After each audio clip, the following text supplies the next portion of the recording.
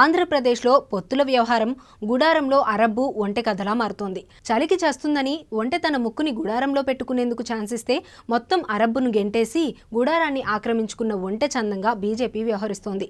నోటాకు దాటని ఓట్ల శాతమే కాదు, గట్టిగా పోటీ చేసి డిపాజిట్ కూడా తెచ్చుకునే గట్టి లీడర్లు కూడా లేని బీజేపీ ఏకంగా 6 ఎంపీ 10 అసెంబ్లీ సీట్లు తీసుకుంది.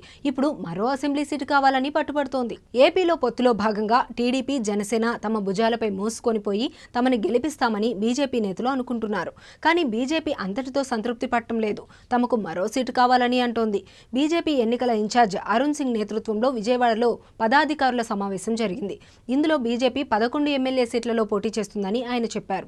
ఆ 11వ సీటు ఏమిటన్నది స్పష్టత రాలేదు. టీడీపీ నుంచో జనసేన నుంచో లాక్కోవడం ఖాయంగా కనిపిస్తోంది. ఇప్పటికే ఆ పార్టీకి అభ్యర్థులు లేరు. అయితే బయట నుంచి తెచ్చుకోవడమో లేకపోతే ఆర్థిక స్తోమత చూసి ఇవ్వడమో చేయాల్సి వస్తుంది. అయినా 11వ సీట్ అంటూ రంగంలోకి దిగడంతో టీడీపీ జనసేన నేతలు నివ్వెరపోతున్నారు.